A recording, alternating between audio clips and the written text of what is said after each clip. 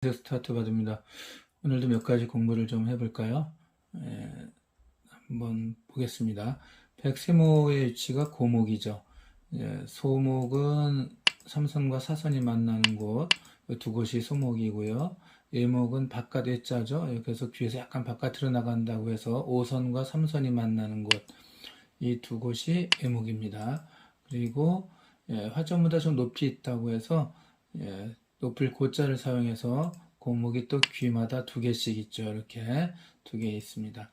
자, 고목이나 예목은 상대방으로 하여금 이렇게 소목자리나 혹은 삼삼에 뛰어들어오게 해서 바깥을 뛰어들어오게 해서 살려주고 바깥을 한번 경영해 보겠다.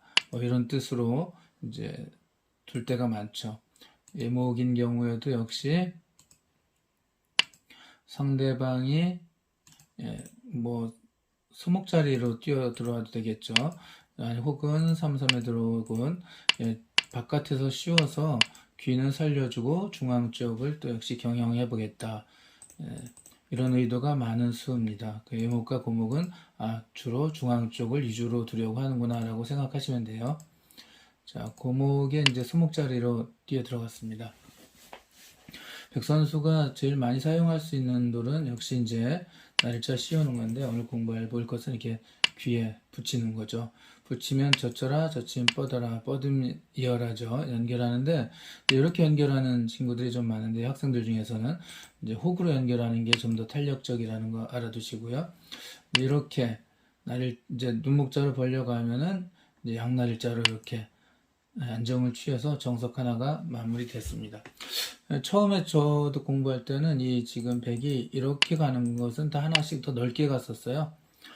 그리고 나서 이렇게 지킴 정석이라고 했는데, 이 결과는 흙이 단단한 데 비해 백이 조금 미흡한 면이 있습니다. 백이 다른 데 보통 두게 되는데, 그럼 흙 선수가 이제 이런 식으로 씌워서 이용을 이제 할 수가 있죠. 받으면 또 나가고 또 받아야 되거든요. 받으면 이제 이런 쪽으로 벌려가서 중앙이나 좌변 쪽에 흙의 발언권이 훨씬 커지거든요.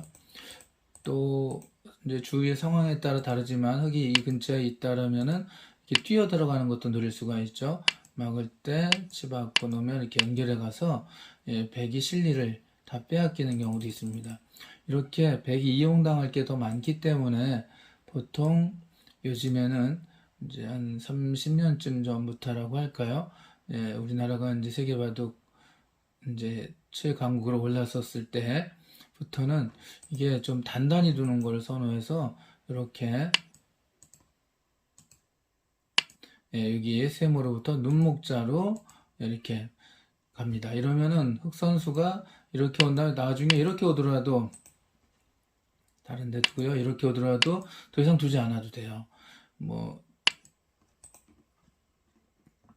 또 다른 데도 들어가면 막아서 별일 없죠. 여기 붙이더라도 이렇게 젖혀도 연결이 가능하고요.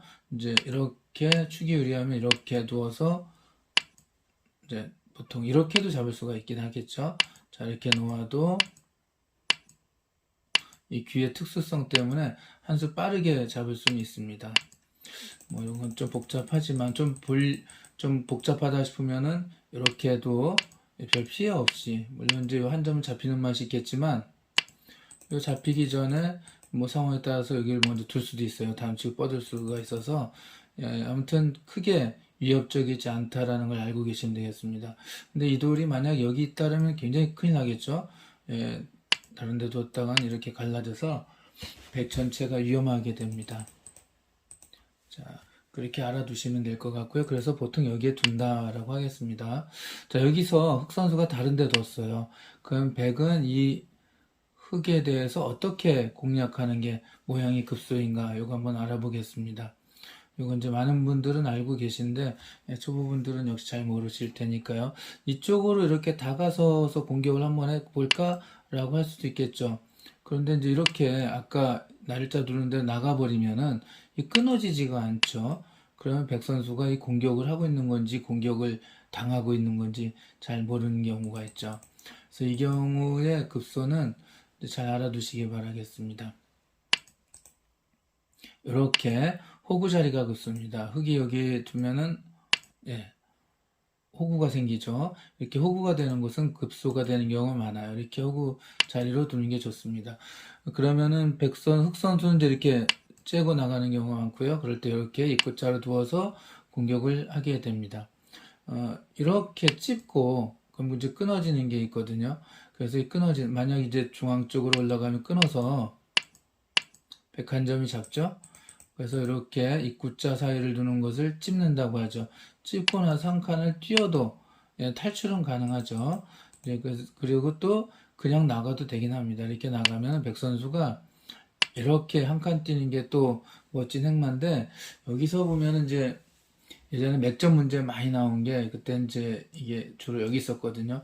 여기서 흙이 어떻게 타게 하는가 하는 문제가 기본 맥 문제에서 아주 많이 나왔었어요. 흑 선수가 이렇게 가면 이제 여기 호구 자리 들여다보는 게 있죠. 연결하고 나면은 이 흙이 계속 공격당할 수도 있거든요. 멋지게 타게 하는 방법에서 정답이 어디였냐면 이렇게 붙이는 거였습니다. 처음에 이 문제 보고 전도 역시 깜짝 놀랐죠. 왜 이렇게 좀 먼데 가지?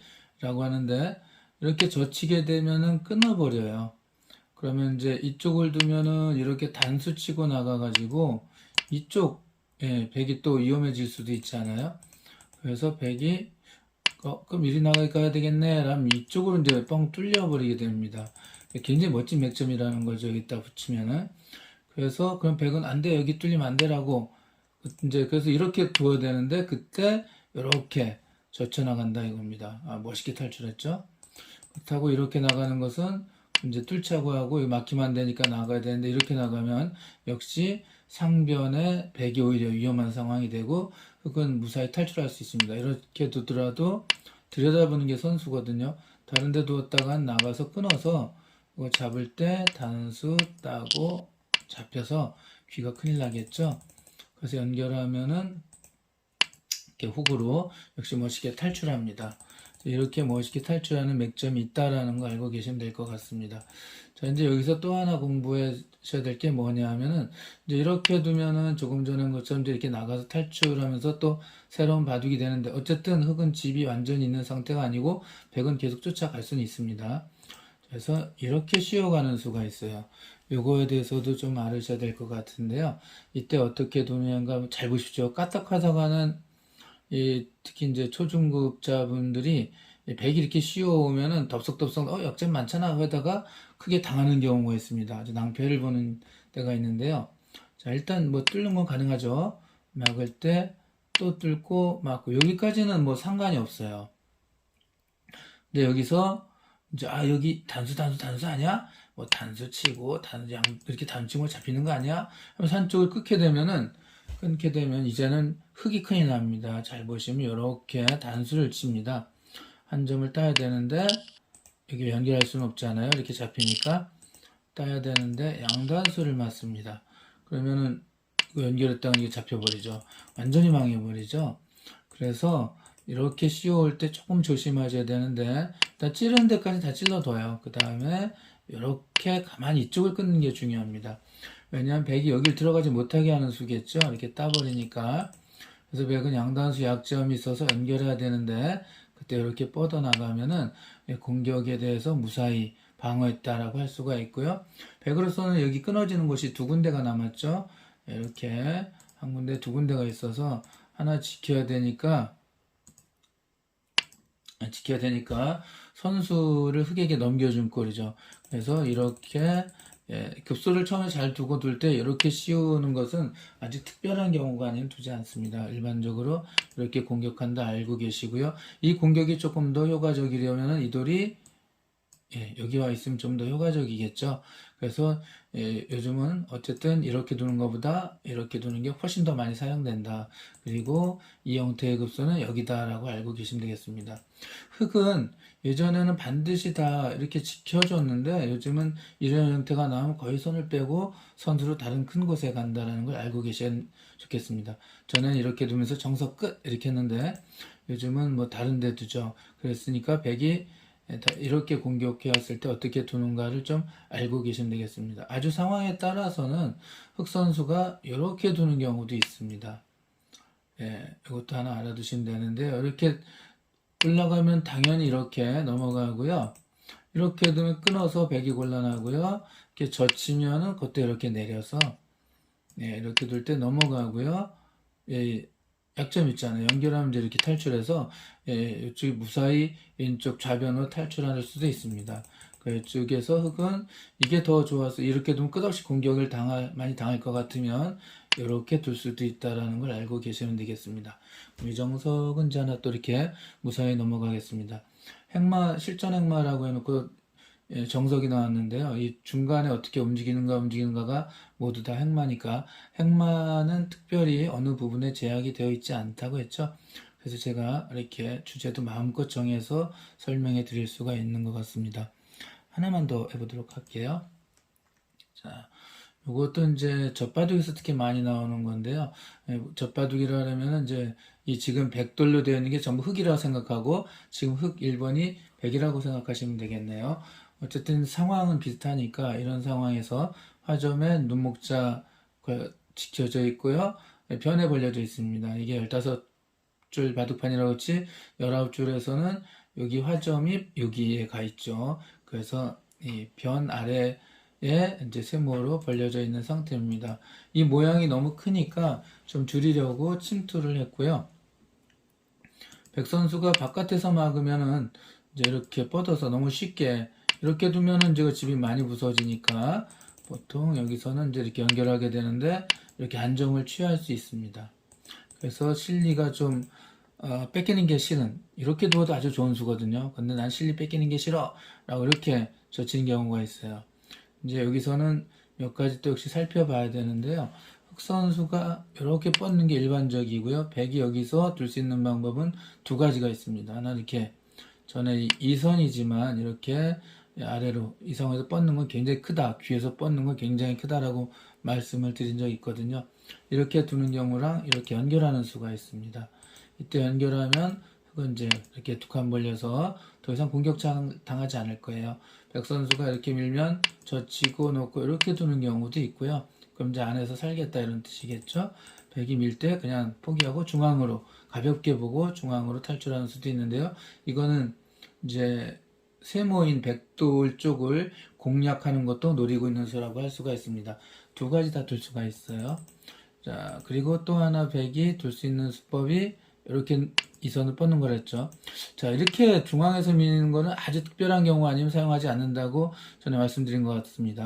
이렇게 젖힌 막기가 어렵거든요. 다음 치고 완전히 잡혀버리니까 그렇다고 물러나면은 귀를 이만큼 빼앗기고 나서 또 이렇게 두기 때문에 안정을 취하기 때문에 이 중앙을 아주 꽉 틀어 막아야 되는 꼭 필요한 때가 아니면은 이렇게 중앙에 두는 것은 머릿속에서 지워버리는 게 좋겠습니다.